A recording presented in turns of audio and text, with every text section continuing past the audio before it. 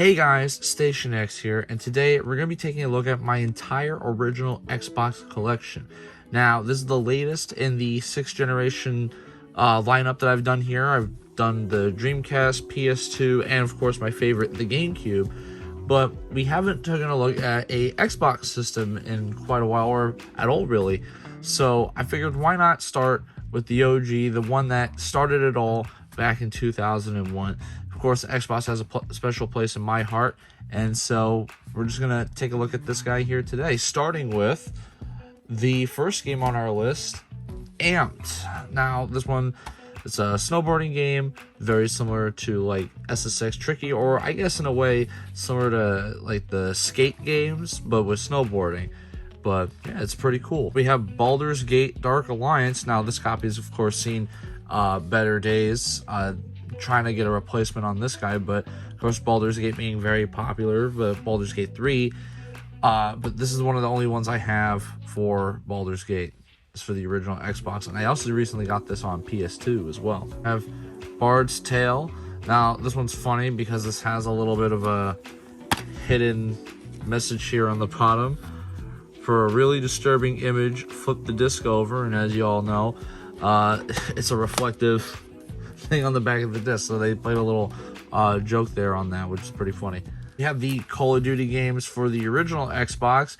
Similar to the PS2, we have Finest Hour, Big Red 1, and Call of Duty 3.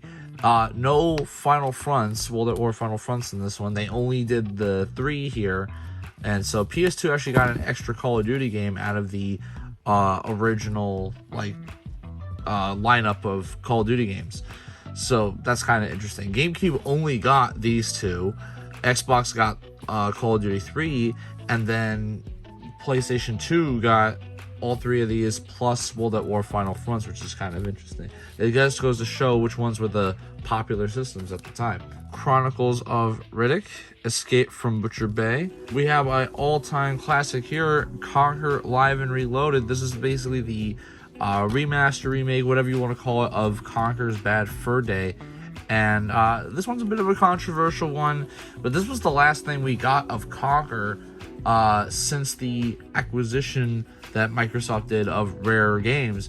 And so, you know, it's kind of a shame that they haven't really done anything since then, other than I guess maybe the Rare collection that they did on Xbox One. But I mean, this one's not too bad. It's definitely a lot easier to find in comparison to the original back on N64. But you know, it does have some differences between the original. We have a Valve game on original Xbox, and certainly not the last one on here, Counter-Strike. Now, of course, the Xbox version of Counter-Strike isn't the greatest version. You know, it's definitely not better than the PC version, but still, this was a pretty valiant attempt at putting Counter-Strike on console. And I actually never even heard about it until a friend pointed it out to me. So I just had to get it, because Valve is one of my favorite game studios of all time, of course, running Steam and all these other things. But yeah, I mean, Counter-Strike on an Xbox, it's pretty neat. Crash, Twin Sanity.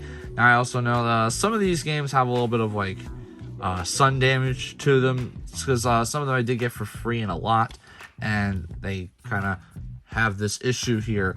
So that kind of sucks. I tend to notice this happens a lot with original Xbox games. I don't know if people just leave these guys out in the sun, but it's just kind of weird. And yeah, this one also has a free 12-month Electronic Gaming Monthly Pass, so that's kind of funny as well. You get the little that kind of brings you to the time period in which this came out in, so it's kind of funny. So we have Crimson Skies. Again, this one has seen better days. I definitely gotta get a replacement cover for that. But I mainly got this because when the Xbox One first announced that they were going to have original Xbox backwards compatibility, this was one of the first games I think they showed. And so that's the main reason why I bought it, because I kind of just wanted to test out the backwards compatibility, and it was very cheap. And sure enough, it works pretty good. I mean, I definitely enjoyed it, and I enjoyed playing this. Delta Force Black Hawk Down is another military game.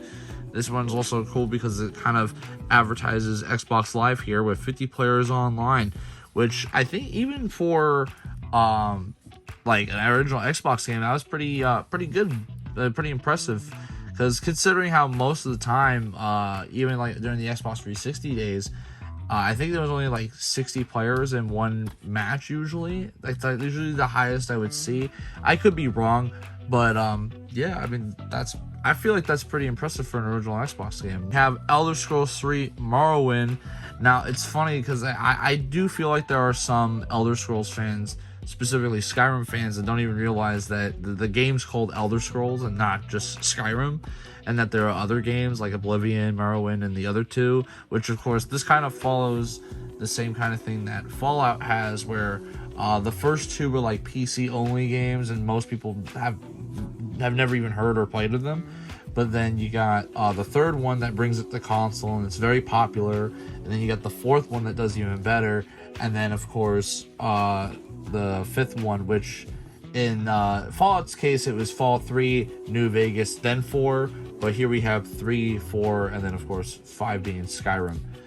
Can't wait for 6, hopefully whenever that comes out. But this one's another fantastic game, another backwards compatible original Xbox game, which is pretty nice. And it's got a very nice shiny cover, which Xbox, you're going to see a theme here with that. Xbox had a lot of very fun looking covers on here, which is nice. And speaking of that theme, we have Enter the Matrix, which this cover, I mean, this is kind of like the only reason why I even bought it, is this cover really caught my attention. It's got this real big 3D effect going on, and it goes throughout the entire cover here. It's on the spine, it's on the back of the cover, and it's just really cool. Of course, it's based off of the movie, and I don't know, I just really enjoy the cover of it. I don't even like, the game is kind of whatever.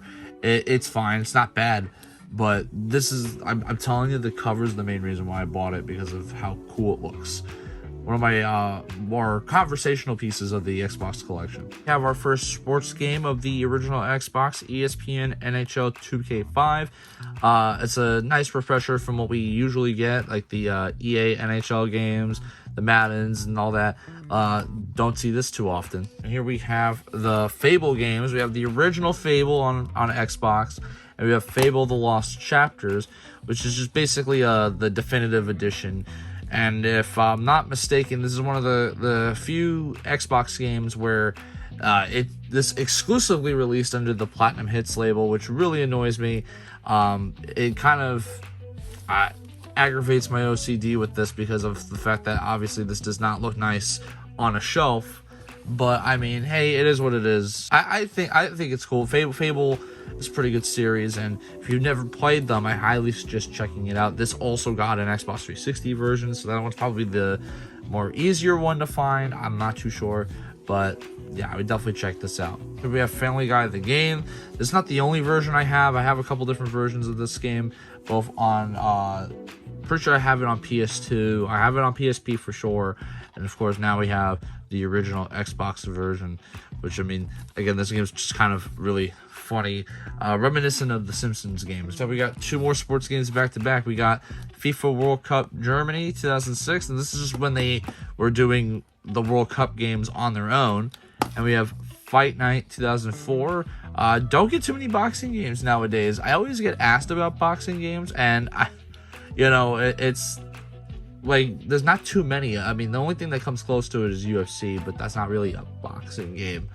But they don't really make these anymore, which is kind of a shame. Flat Out 2, kind of like a destruction derby game, which is pretty neat, similar to kind of like Burnout in a sense. The first Forza Motorsport, all the way back on the original Xbox, and includes Xbox Live Arcade, which kind of a neat thing. You don't really see that on most Xbox games, and of course this is the part that cracks me up. Better than Gran Turismo 4. I wonder why they would need to advertise that. I wouldn't say this is better than Gran Turismo 4, but it's definitely up there. I mean, of course, whenever someone asks, hey, what would you recommend for a racing game? Like, I mean, Nintendo has their Mario Kart, Xbox has their Forza, and the PlayStation has Gran Turismo. Now, unlike Mario Kart, I would say like Gran Turismo and Forza are basically very similar to each other, if not like the same type of game. So I mean, if you're a fan of Gran Turismo, you like Forza, and vice versa, unless you're just really into that console war nonsense.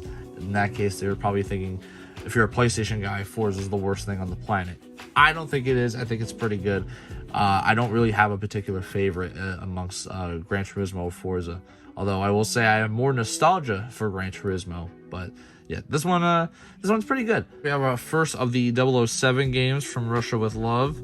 This has Sean Connery as James Bond, which is kind of funny. Full Spectrum Warrior, another military game. This one made by Pandemic, which is kind of funny because they're the ones who do this is the studio that does the Battlefront games, the Star Wars Battlefront games, or the original ones, not the ones that EA made, the original ones. But there's another cool one. Getting Up, Contents Under Pressure. I mean, this one actually came in like a collector's edition that I saw, and it was for a decent price. It was like $30 for it, so I thought it was a pretty cool buy. And again, it's got like a nice shiny cover to it. Didn't really play this all too much just because I wasn't really super into this thing, but I mean, it definitely looks cool, so I'll give it that. We have The Godfather, and as someone who is pretty Italian, I gotta say that this movie plays all the time, or at least it used to play all the time in my house, especially when I had my grandma playing it in the living room. It'd be on pretty frequently. It was one of their favorite movies.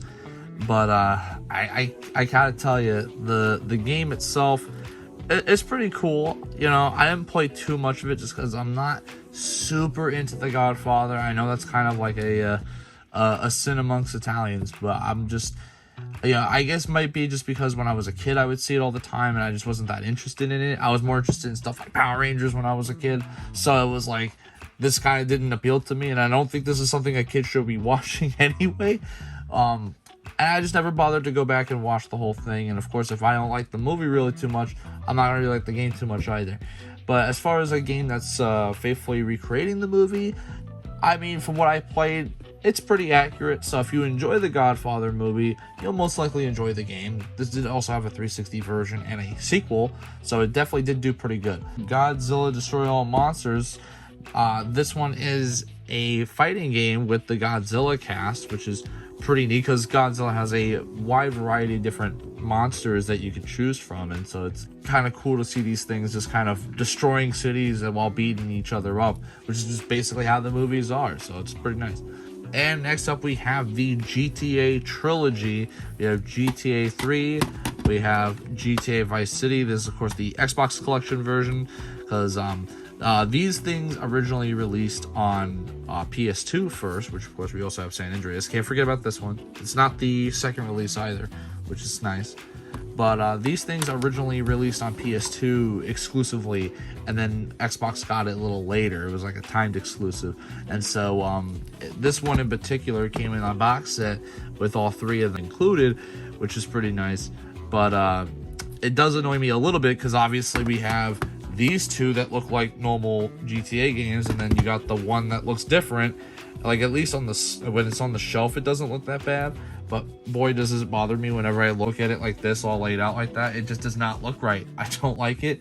I mean, I'm trying to find a cover to replace that, but for now I'm stuck with it. Up we have Gun. This one is a Neversoft game, which is cool. It's kind of before they started doing Call of Duties and things like that.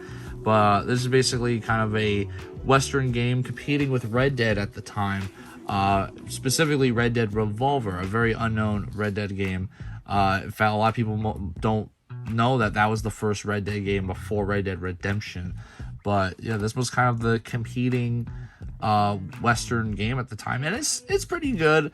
Obviously I think Red Dead's better, but this one is not a horrible game either. This is definitely want to check it out. If you're into Red Dead, I think you'll be into this as well. Half-Life 2 on the original Xbox, and I think this is, as far as console goes, it's only individual release because as most of you guys will probably know, Half-Life 2 mostly is on PC, and then of course it's on the orange box disc for the PS3 and Xbox 360 more famously. And obviously though that version is the more true to Half-Life 2, especially the PC version. But this one was a very valiant attempt at trying to bring Half-Life 2 console, because this was technically the first time they had ever done that. The Half-Life 1 didn't really... It did show up on console. It was on the PS2, but I mean, that one was just a really butchered version in a sense of Half-Life 1, whereas this one, while still butchered, it's not nearly as weird looking as the Half-Life 1 PS2 port. This one at least kind of just looks like, it looks like when like you have the sports games or Call of Duty, for example, and it's like the last gen version. This is kind of what that reminds me of, where the graphics are bad, but it still basically plays exactly the same. Just there are obviously some console limitations to this, but of course the Xbox 360 would kind of bring like the full Half-Life 2 experience that you were meant to experience on console. But this one was kind of like the first stepping stone to that. We have the Halo games, because of course we cannot talk about the original Xbox without the Halo games. First up, we have Halo Combat Evolved. Again, very shiny cover. Probably one of my favorite Halo games of all time. I mean, as much as I love 2, 3, and the others, Halo 1 for me was very nostalgic, and I enjoyed it. And quite personally, as another famous YouTuber once said, it is a masterpiece. I enjoy it very much. And we also have Halo 2 and the multiplayer pack, which is kind of funny considering that this is basically DLC in a sense, but in a physical disc, which is, you know, you will never see this kind of thing ever again, basically. But yeah, Halo 2 with the map pack and Halo 1, some of the best games of all time on the original Xbox.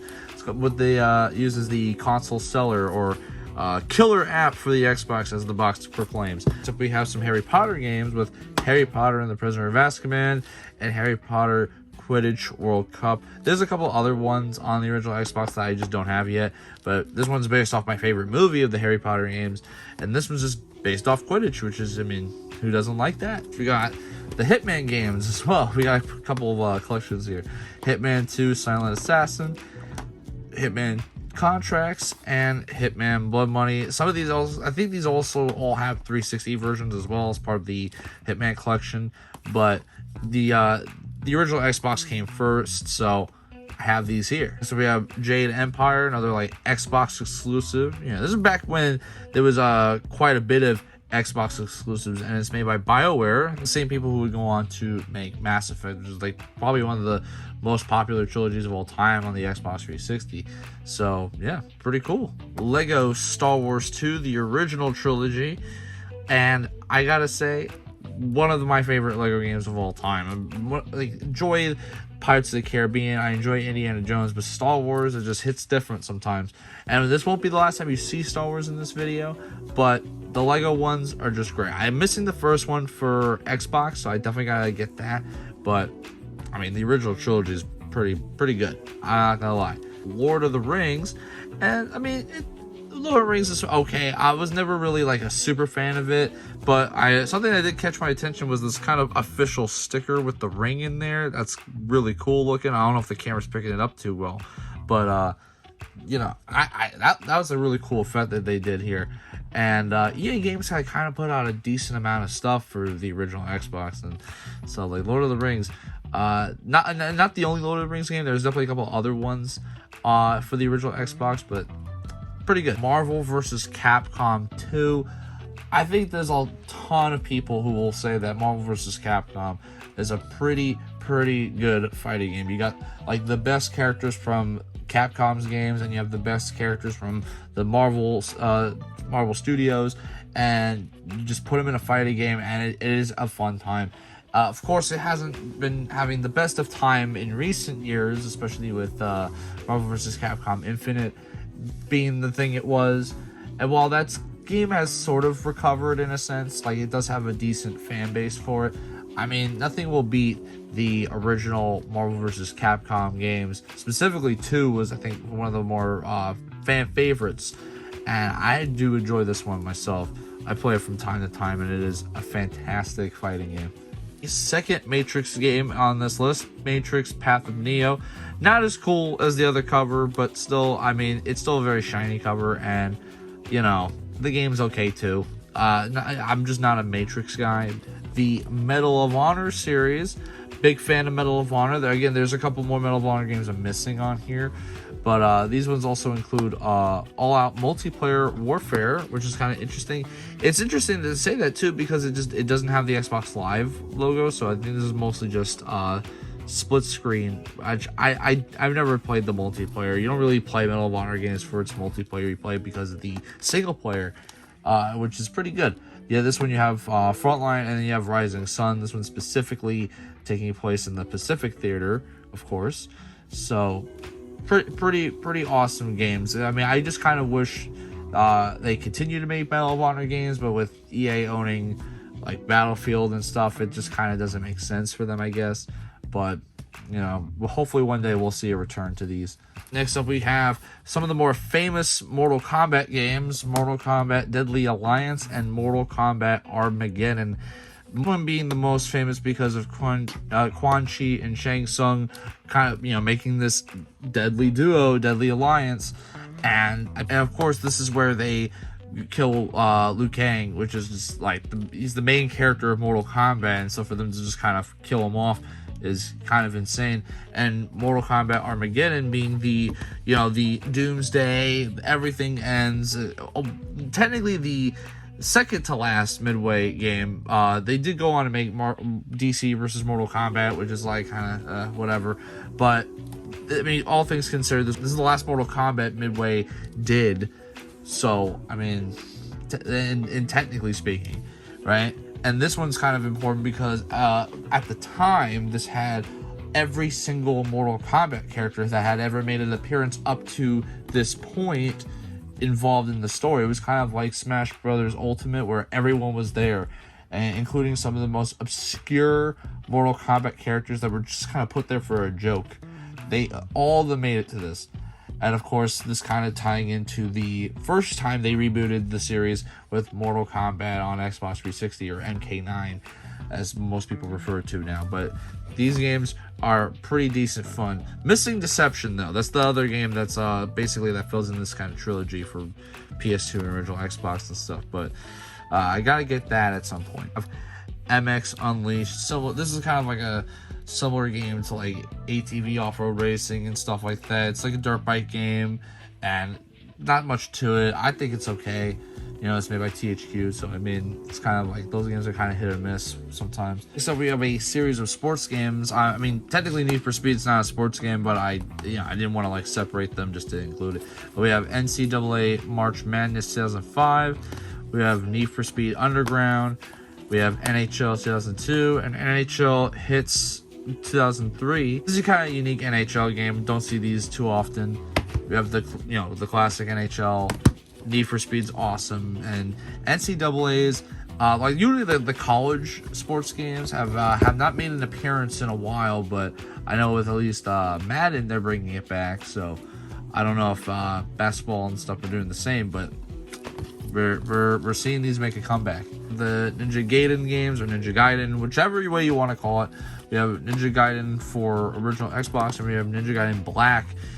These games are very notoriously difficult, and you know, I don't get very far in them, but you know, they're pretty cool. And if you want a challenge and you like ninjas, then this is the game for you. We have Oddworld Munch's Odyssey. And I'm pretty sure this is kind of a famous case because of the fact that Oddworld, I'm pretty sure, was mostly on PlayStation, if not exclusively on PlayStation up until this point. And then they decided to make an Xbox exclusive game because I think the developers at the time were very fairly impressed with what the original Xbox can do. Because technically speaking, the original Xbox was the most powerful out of the 4 consoles that came out for the 6th generation. So while PS2 and Xbox were kind of neck and neck, the original Xbox have always touted, and that's kind of going forward with most of the Xboxes, that they've always touted that they were more powerful than any of the other competitors, which was, you know, most instances is true. And this kind of takes advantage of that for the original Xbox. So we have Odagai 2 Immortal Warriors. I don't know if I pronounced that right, but it's a Sega game, so that's pretty interesting. It's one of the few non-Sonic titles that that typically Sega does. But yeah, this one's a pretty interesting one, and it just kind of caught my attention for that reason alone. Outlaw Golf, it's just a golf game and nothing much to it. Pirates of the Caribbean, which was just another kind of interesting game here based off of a movie made by Bethesda of all people, so that's kind of interesting. And it has a little thing on here that says free movie ticket inside. There is no movie ticket in this copy. I'm not missing that one, unfortunately. But this one's fairly, plays fairly decently to the movie. So I mean, again, it's not a horrible game, but I wouldn't rank this amongst my top Xbox games of all time. But yeah, it's pretty good. We have the Prince of Persia games. Prince of Persia: Sands of Time, Prince of Persia: The Two Thrones, and Prince of Persia: Warrior Within. Now, the Prince of Persia series has seen a bit of a hiatus for a long time, and that's because mainly due to the fact that Ubisoft, the people who make these, they have moved on to Assassin's Creed.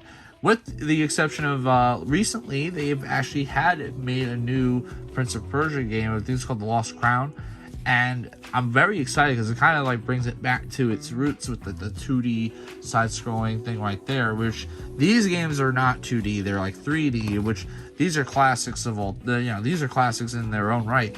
And Sands of Time in particular was getting a remake at some point, but I think that got canceled, which is very unfortunate because, I mean, this was something I was really, really looking forward to getting remade, and, But of course, this was the series that kind of spinned off into Assassin's Creed, with the title being Prince of Persia Assassins, and that kind of went on to what we know now as Assassin's Creed. We have Rally Sports Challenge. Not too much to it. It's just a racing game. That's pretty much it. We have Robin Hood Defender of the Crown, made by Capcom, which is kind of interesting. This is not a well-known Capcom game, to say the least. We have Scarface: The World Is Yours, and just like Godfather, it's based off the movie series and stuff. And just like Godfather, I'm not a big super fan of Scarface. Don't really watch a lot of their movies, so it's like there's not too much to say about this in particular. Next up is a double pack: Sega GT 2002 and Jet Set Radio Future. This is a game series I would love to see them make more of. But yeah, this was kind of an interesting one. Not too many double packs you see for original Xbox. That would be more common in the 360 era. But this is one of the... There's not the only one in my collection that's a double pack like that.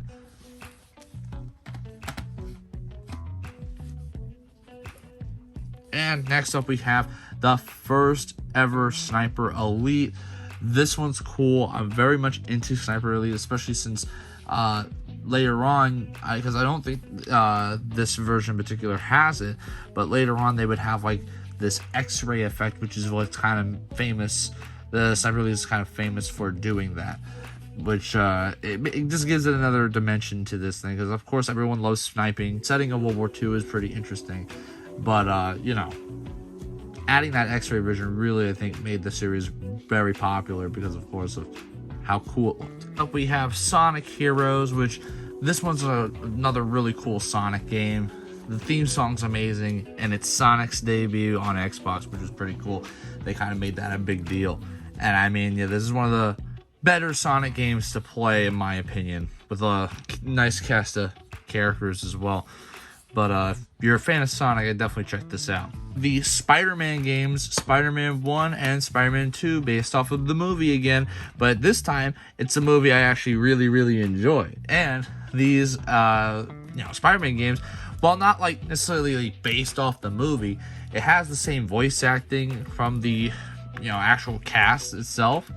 And, well, at least for the most part. I know Tobey's in it, at the very least. These are just some fantastic Spider-Man games. It kind of has storylines in between the Spider-Man games, especially like Spider-Man 3 was like that as well, because you had the Lizard in that one, which of course the Lizard was not in Spider-Man 3. God knows that movie had too many villains already, but this one has, of course, features Doc Ock in it. This one has Green Goblin and things like that, and so yeah, fantastic set of games here. Of the Splinter Cell series, we have the first one, of course, and we have Pandora Tomorrow. Now, I want to say these are kind of in response to like how the popularity of Metal Gear Solid, because these are very similar genres of games. And, you know, I mean, not to say this is a copycat or anything, but I mean, it is a pretty good copycat, I will say. You know, especially since we haven't seen a Splinter Cell game in a bit. I don't know. I had never played the last one. I don't know if people really enjoyed that one or not, but I would love to see this series come back. It was a pretty decent one. So we have the SpongeBob SquarePants movie, the game, and again, you know, based off the movie, and then again this time, actually really enjoy the movie. I'm a big fan of SpongeBob, as most kids were back in the early 2000s, and yeah, I mean, specifically SpongeBob games were really they just hit a certain way for me back then, and you know, I have some fun nostalgic memories going back to it. It's very fun to play. For this next portion, we have like a slew of Star Wars games here, so we're just gonna speed run through these. Of course, we have Star Wars Episode 3, Revenge of the Sith. I kind of went over this a couple times already, but yeah, really cool, based off the movie, yada yada. Again, and this one has actual footage from Episode 3's movie, so kind of just runs down the whole thing there. We have Star Wars Battlefront 2. I'm missing the first one. I really got to correct that mistake, because I do actually have it for PS2, but not for original Xbox, so definitely got to fix that. The second double pack, but this one has Star Wars The Clone Wars, but it also has Tetris Worlds, which is kind of funny, but you know, do very much like Tetris, but this part's the main reason why. And it also has like a little advertisement for Xbox Live. Try that out. Offer inside. Star Wars Republic Commando, a fantastic game. I think out of all of them, I enjoyed this one the most, if I'm going to be honest. And we also have Knights of the Old Republic 1 and 2. Just, again, amazing games. All of the Star Wars games in particular just really had a good run on original Xbox, PS2, and things like that. It's kind of the reason why they've been kind of ported over or remastered, however you want to put it, on the newer stuff. And the for Xbox in particular, all the Star Wars games I just mentioned, I think for the most part, are all backwards compatible too, because the original Xbox library that's backwards compatible, while it's small, a lot of it's a Star Wars, which is kind of funny to me how like a decent chunk of these are just Star Wars games that you could play on the original Xbox, but it is so good because of that. And playing it on a modern system, as well as playing it on the original, I mean, you just can't go wrong with it. Superman, Man of Steel, this one's okay. It's an Xbox exclusive. It's definitely not the worst Superman game of all time, but it's definitely an okay one, I will say. Tony Hawk's Pro Skater 4. You know, this series was really popular back in the day, and I want to say 3 and 4 were the most popular out of the bunch. And of course, the Tony Hawk recently got a remaster of the first and second one, which was pretty neat. Would love to see a remake of 3 and 4. That'd be nice. But yeah, it's a little bit of a shame that this kind of fell off after 5. 5 had gone through so much developmental nonsense that it kind of killed the series in a sense. But hopefully, since 1 and 2 I feel like did pretty good remaster wise, and if they ever did 3 and 4, that would definitely do well, and maybe they might want to do a new, maybe 6. Who knows? I don't know, but I would definitely buy it.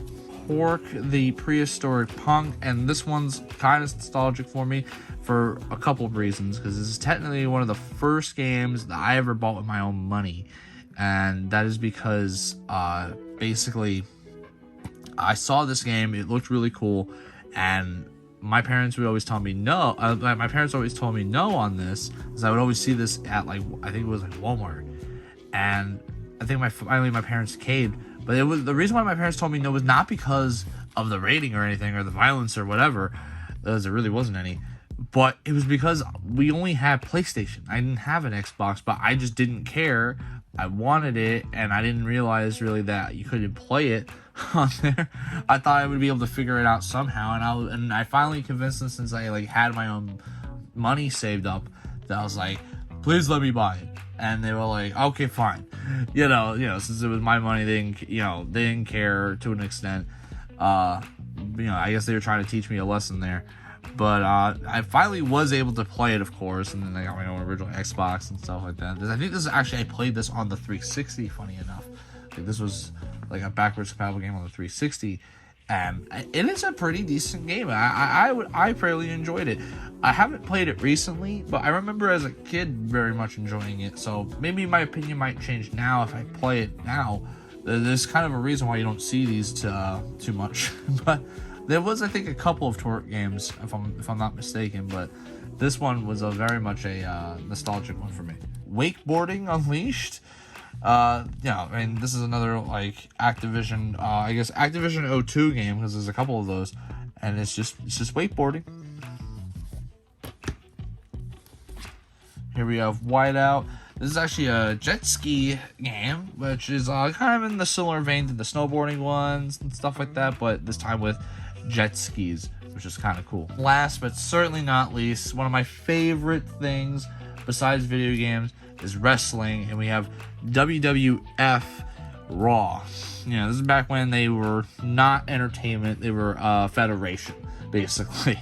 And this is kind of like this is like when they were doing the SmackDown Shut Your Mouth game. There was the SmackDown Just Bring It, SmackDown Here Comes the Pain.